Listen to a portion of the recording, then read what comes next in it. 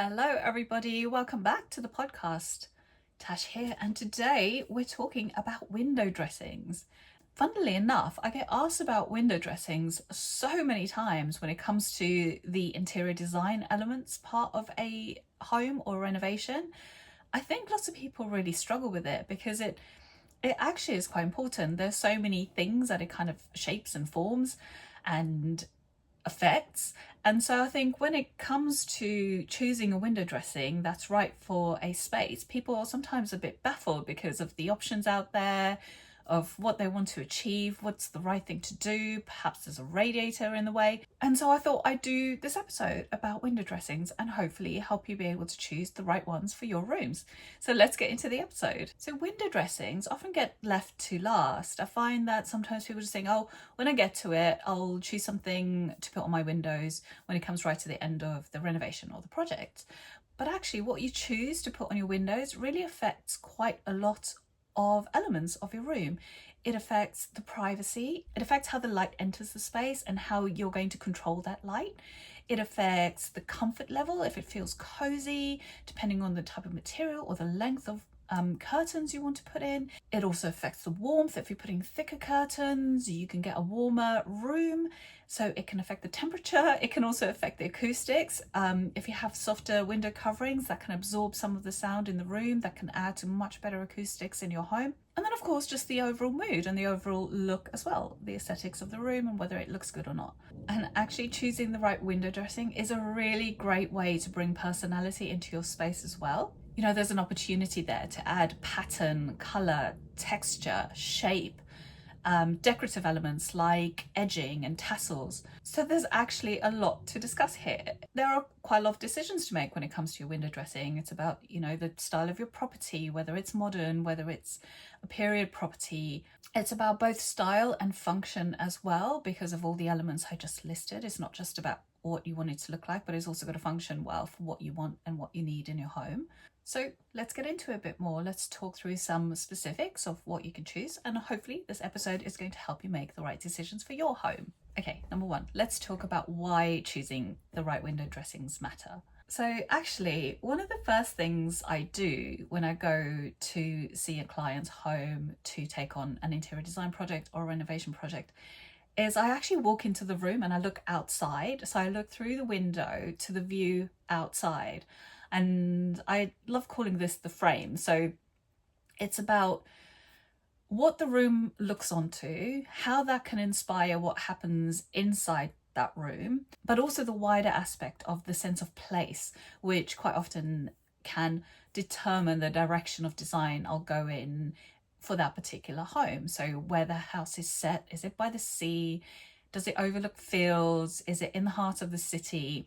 All of those things, you can see how that can inspire the interior of the home. And so because that view, that frame can be such an important element within the room itself, I really want to sometimes do it justice and think really carefully about how I'm going to frame it with the window dressings. So the view itself can be a gorgeous element of the room, but then also you layer that with some window dressings that work well with not only the view, but also what is happening inside the room.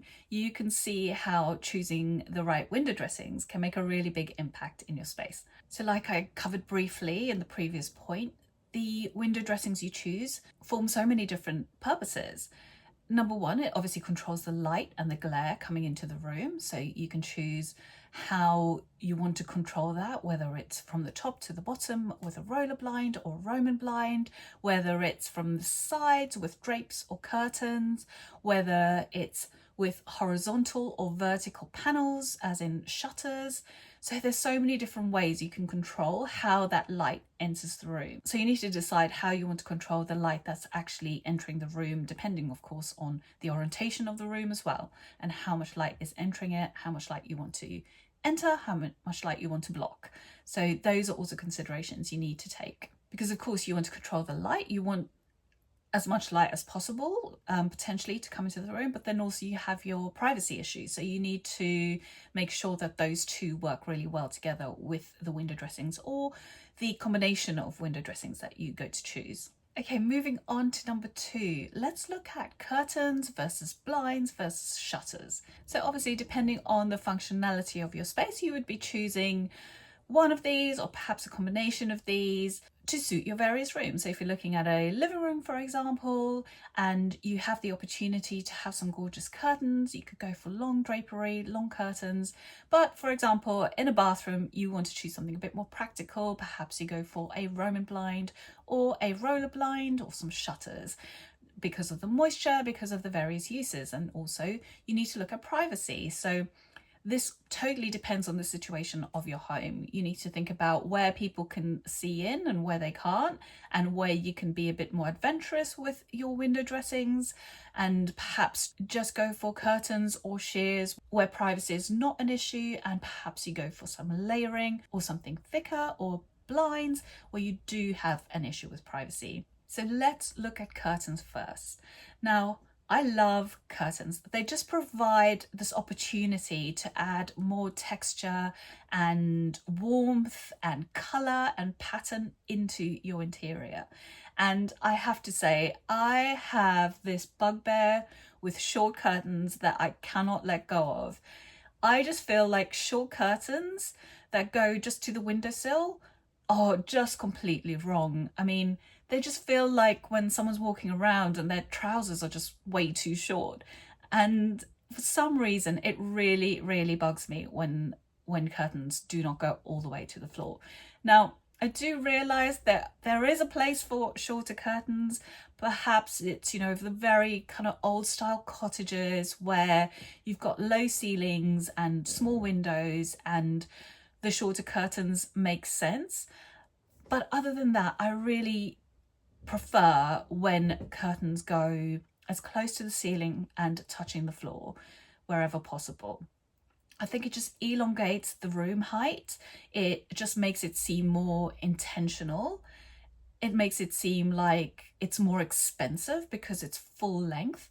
And so I just feel like that feeling is a lot better than just having a short curtain. And now I find here in the UK, the problem with this is, and why I get asked about short curtains quite a lot, is because of radiators. So here in the UK, we have the heating systems, which are the radiators, which are often fixed to the wall. And a lot of times they are actually fixed directly underneath windows. I don't know exactly why, but I think there's a reason for that. So as the cold air comes in, perhaps the radiator heats the cold air. I'm not 100% sure on that, but radiators do seem to be underneath windows a lot in properties here in the UK, which then makes people question the window dressings, because obviously if you put a long curtain in front of a radiator, it's going to block the heat coming into the room, which is its sole purpose. So I would say if you're having the opportunity to renovate from scratch and move radiators, do keep this in mind, because if you can place your radiator elsewhere, and if you are having double glazing put in and you're not going to have drafty windows and so on, there really isn't a reason why you can't have that radiator elsewhere in the room, that heating elsewhere in the room, and then have the opportunity to choose the window dressings that you do want to have, or just have some more options really. Because having the radiator underneath the window, lots of people just think, well, the only thing I can do then is to put short curtains so it ends just above the radiator so that the heat coming into the room is not affected. But actually what I love to do in this situation is, instead of going for a short curtain, is to go for a combination of window dressings. So in that situation, I would always still encourage the person to go for the full length curtain, just to add some character and some warmth and the opportunity to bring in some texture into the rooms and some colour, some pattern, whatever you want. But also then combine that with a secondary window dressing, which might be a roller blind, or it might be a very simple Roman blind, so that you can have the best of both worlds really. You can have the privacy with the blind, but you can also have that feeling of having the curtain, even if you're not closing the curtain in those winter months. Perhaps you're just having it kind of drape off to the sides of the windows, and the blind is the thing that actually gives you the privacy, but the curtain is almost more decorative, more bringing those elements into your interior. So in that situation with a radiator under the window, that is my go-to, is to use a combination of what works with your light control, but also then not just having a window with either a short curtain or just a blind, which can sometimes feel a bit minimal or cold, depending obviously on which room it is and your style and a number of different other factors. So that is generally my solution when it comes to radiators under the window with curtains. But curtains are also such an amazing way to bring some personality into your space. And I find that people actually really love just having curtains. There's something kind of cozy, something really lovely about, as the evening draws in, to go around the home, drawing the curtains, or perhaps dimming the lights, getting everything ready for that changeover from daytime into evening. So that's another reason I really love curtains. And also, if you're having that full length effect curtain, it can really anchor a space, because a well-dressed window has the sense of drama, the sense of height. It can also balance out a room. And it really is one of those things that's a really amazing finishing touch to a room. Sometimes just you think, oh, this room needs something still. And quite often it's the window dressing, just getting the window dressings right, just to finish off a space. So curtains are great for that. Good for adding drama, softness, height, colour, pattern, movement even. So the flowing of a curtain in the breeze or a sheer curtain in the breeze, there's something really lovely about that. It brings back kind of holiday vibes almost, doesn't it? So curtains are really great, and then can obviously work really well in your living rooms, in your bedrooms, even in dining areas or dining rooms. So it's always great to have curtains there. And then another thing curtains are absolutely great for is the acoustics. If you're having trouble with acoustics in the room and sound bouncing around and you don't have good curtains in there, it's a great way to actually balance out the acoustics in the room. And if you are having trouble, I would suggest going for a decent thickness of curtain, because obviously the thicker, the better, the more sound it's going to absorb and just make the room feel better and more comfortable to be in if the sound isn't echoey.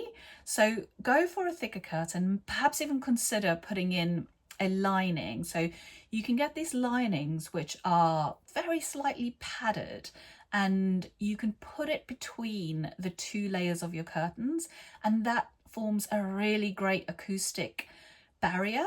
And not only for acoustics, but this is also what they use for thermal. So for thermal properties, if the room's a bit cold and perhaps you're having more kind of drafty windows, then this solution is great for the colder months also, because not only is it going to help with sound, but it's going to keep the heat inside the room and generally just keep the room warmer as well. So there are just so many good benefits to having curtains. So when it comes to hanging curtains, I have a few quick tips for you here. So when you're hanging your floor length curtains, take the rail up as close to the ceiling as you can get it, because the longer the curtain seams, the more kind of elegant and expensive it looks. So even if there's quite a distance between your ceiling and the top of your window, just ignore that. Just hang your rail as close to the ceiling as possible. The rail doesn't always have to be directly above your window. You take it higher so you get that full length, and then take it all the way to the floor.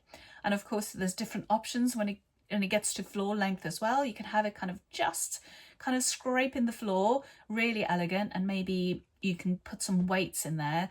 That is something that you can use even with cheaper curtains. Get some weighting tape or some weights to hang in. It kind of pulls the curtain down. It accentuates the wave, the kind of drapery of the curtain, and it makes it look so much more expensive than it might be.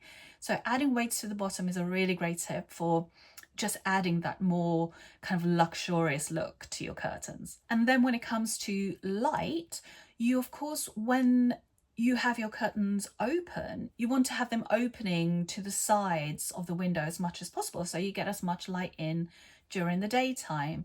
So think about that in terms of, if you have a window and you have some wall space next to each of the window, that's obviously balanced really nicely. You can extend your rail again beyond the width of your window, so there's space for the curtains to gather on either side of the window, having your entire window exposed so you get as much light as possible. But if your window's up in a corner perhaps, or you don't have the opportunity of having wall space on either side of your window, what I usually suggest is then think about your curtain fabric, because if it's too thick and it's super lined, you won't be able to push it apart as much. It's going to take up more volume on either side of your window. So that way you can choose perhaps a thinner fabric, something that's not as padded, and you can, when it's open, push those open as much as possible so that you can have as much of your window exposed and still get that light coming in. And also what I love when it comes to curtains, and this goes back to the point of privacy, is layering the curtains. I love all the options. I love having a sheer that just acts as your main curtain, where perhaps you've got some more privacy and you don't need a double layer. But I also love the combination of, if you need the privacy and you want to have a curtain that's got character and personality, pattern, color, texture, you can use both. So the sheer will give you the privacy, and then of course you have your curtains either side that open and close as you need them, but then also adds that extra element of design and personality to your space. And also you can get cafe style curtains. And this is where I might have a little bit of an exception to my short curtain rule, is because cafe style curtains that actually start halfway down the window and finish on the windowsill, those can actually be really pretty, hung with a really lovely rail. Perhaps it's a brass rail with those pretty little clips that hold the curtain in place. And those can be really pretty for certain areas of the house, perhaps in your kitchen, perhaps in your dining area.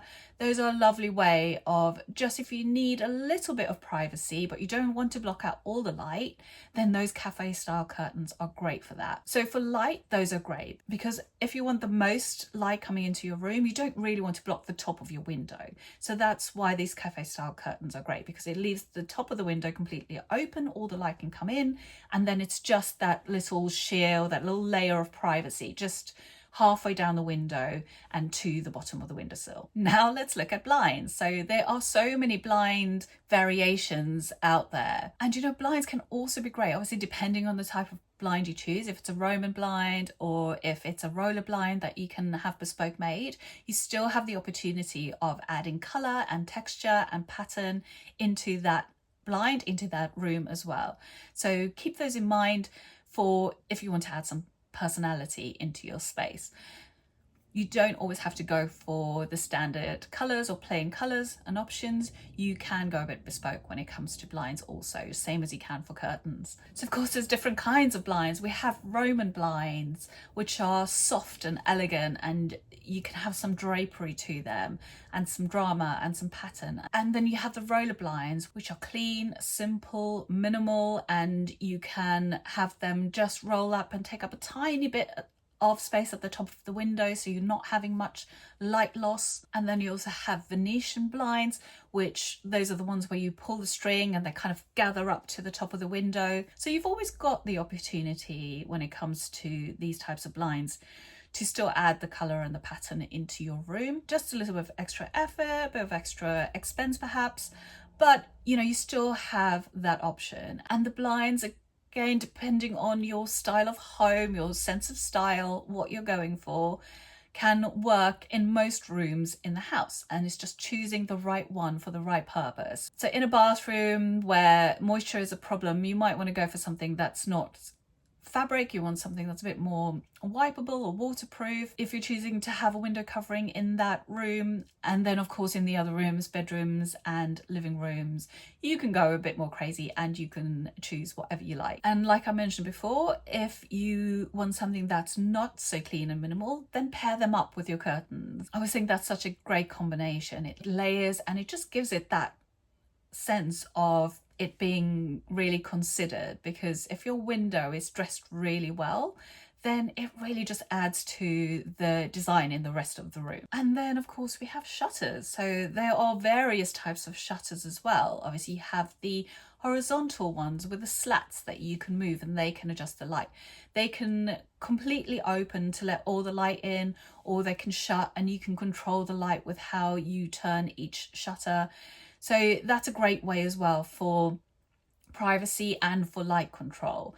And then of course you have the traditional shutters, which are just gorgeous. I haven't really been fortunate enough to live in a property where I've had those amazing floor to ceiling wooden period shutters, but one day maybe. But when I stayed in Barcelona for the summer, our apartment had those shutters and they are just stunning. So I think if you have a period home and perhaps you had shutters before but they were removed, I always think it's such an amazing idea to reinstall them. So if your budget allows, you could have some remade, or perhaps you can source some secondhand or from an architectural yard, antiques yard. Obviously, it might be very difficult to find the exact size of your windows, but even just decoratively sitting on either side of your windows, I think they're just such an incredible thing to have in a period property. And of course, they may not be as functional as the more modern options like curtains and blinds, but you can combine the two. So you can have your shutters and you can have floor to ceiling curtains or sheers that work really well with the shutters also. So there are various options when it comes to shutters. Do you find though that the wooden shutters, the ones with the horizontal slats, if you're wanting a lot of light in to your space, I generally tend to move away from those and go for curtains instead, or even a blind, because even when the shutters are open, they do actually block out quite a lot of the light. So unless you're completely opening the shutters as you would doors to get the full light into the room, then the light is quite compromised, or it can be. So I would always say that if you are wanting lots of light into your space, then you need to really have a look at that and experiment and see how much light a traditional shutter is going to block out, and whether the adjustment of the shutters on their own is going to let enough light in for you. Because depending on the privacy aspect of your room, you might not want to have them completely opened up like doors. You might just still want the horizontal privacy, but then I sometimes feel like that just doesn't let enough light in for some people. So you can either choose something else completely different, or you can perhaps go for an option where the shutters are split in half horizontally, where you can completely open up the top two sections as doors and then adjust the slats on the bottom two sections. So there's always a way to do it. You just need to be aware of kind of the different window dressings and what you want, how much light you want to come in, what your style is. All of these things are going to influence your choices when it comes to window dressing. And then lastly, let's quickly talk about the style details that make a difference. So I've already talked a lot about the curtain length and how to hang that, so I won't go over that again, but that really does make a difference here. That makes a really big style difference. It's getting that length right from floor to ceiling. That makes a huge difference, as in how it appears and that feeling of luxury or expensiveness that it gives. But another thing to consider here for style is obviously your fabric choice. So your fabric choice can really fit in with the look you're going for or the style you're going for, as well as obviously the practicalities, which we've already talked a lot about.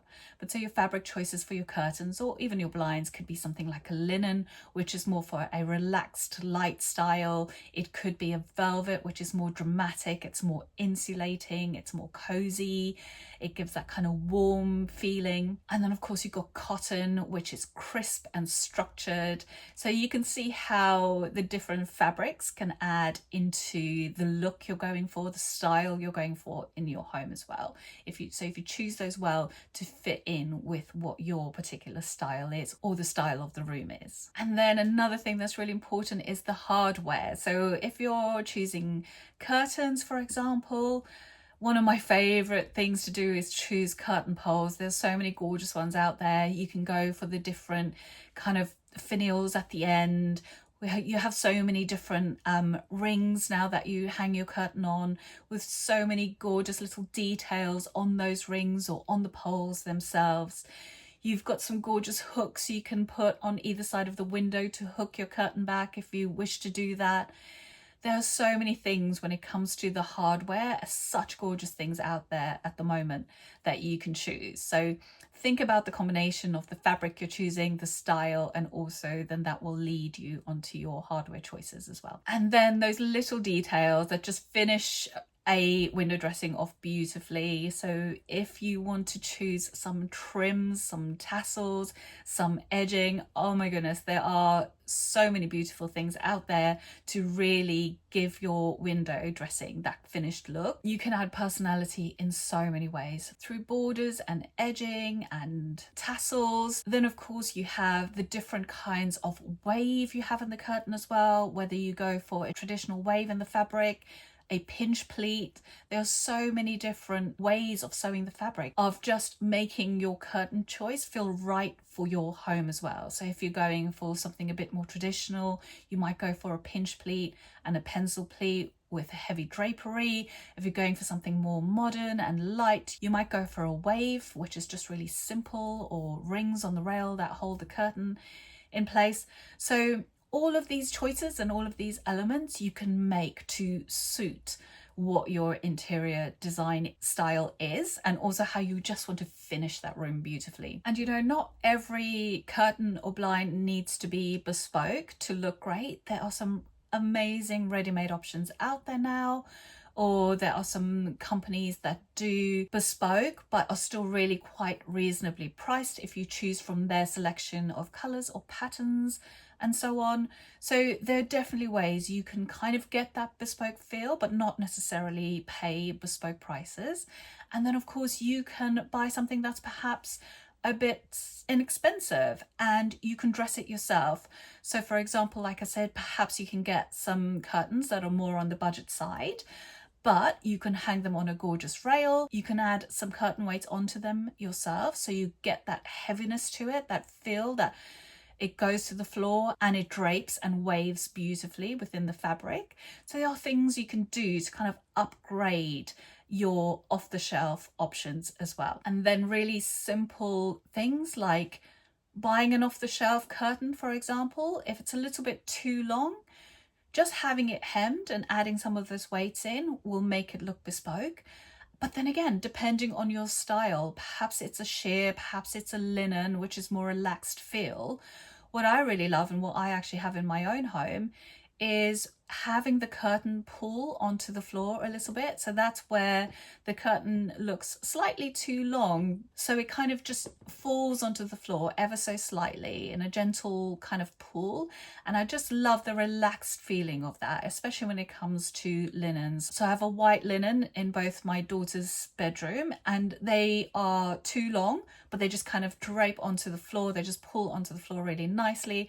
And I think that just is a really nice relaxed feel for kids' bedrooms, but it also feels really kind of breezy and a little bit elegant at the same time. Even though they're in kids' bedrooms, it kind of gives me those holiday vibes. I think that's why I really love it in the kids' bedrooms. But everybody, that is it. That is the end of this episode. I hope you found it valuable. There was lots packed into this one. I've gone a bit over actually. It was longer than I planned to have for this episode on window dressings, but here we are.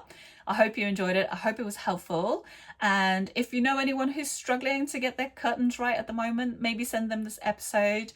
Or if you've enjoyed it and it provided some value for you, I would love if you subscribed wherever you're watching, or you sent me a comment, or just liked the episode. It will only take a second, and I read every single review, every single comment. And you know what? It actually helps others find the podcast as well, which is just a little thing to do, but it would really help me out so much if you would do that. It just helps me move ever so slightly up in the rankings as I go through and produce these episodes every week for you. Thank you so much, and I can't wait to see you next week. Bye for now. For more information on my 5-pillar process for successful renovation, you can go directly to southplacestudio.com/pillars, where you'll find an introduction to the process which covers each of the pillars and what they cover. We also have a number of other free renovation resources. Go now to southplacestudio.com/freebies. I have created some amazing freebies for you there. There is one on the process, like we just said. There is one on planning permission. There is one on kitchen design. There is another one on lighting planning. Go and check those out. There's so much free information there to help you with your renovation.